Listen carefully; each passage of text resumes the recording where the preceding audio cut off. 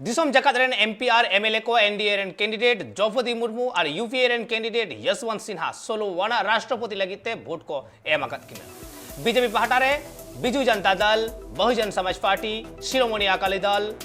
शिवसेना, झारखंड मुक्ति मोर्चा और हो एमन पार्टी को द्रौपदी मुर्मू गड़ो रे भोट को एम आकदा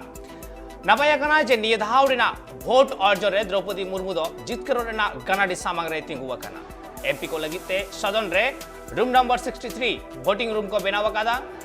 और साउथे एमएलए को लगिते पनोत्रेना विधानसभा करे भोट को एम केदा दिसम रे 776 गोटांग एमपी और 4033 गोटांग एमएलए साउथे 4809 गोटांग वोटर राष्ट्रपति बाचनाव लगित भोट को एम केदा वोटिंग रेना परसेंटेज लेकाते नेल लेखान होला 98.90% भोट हुई कना।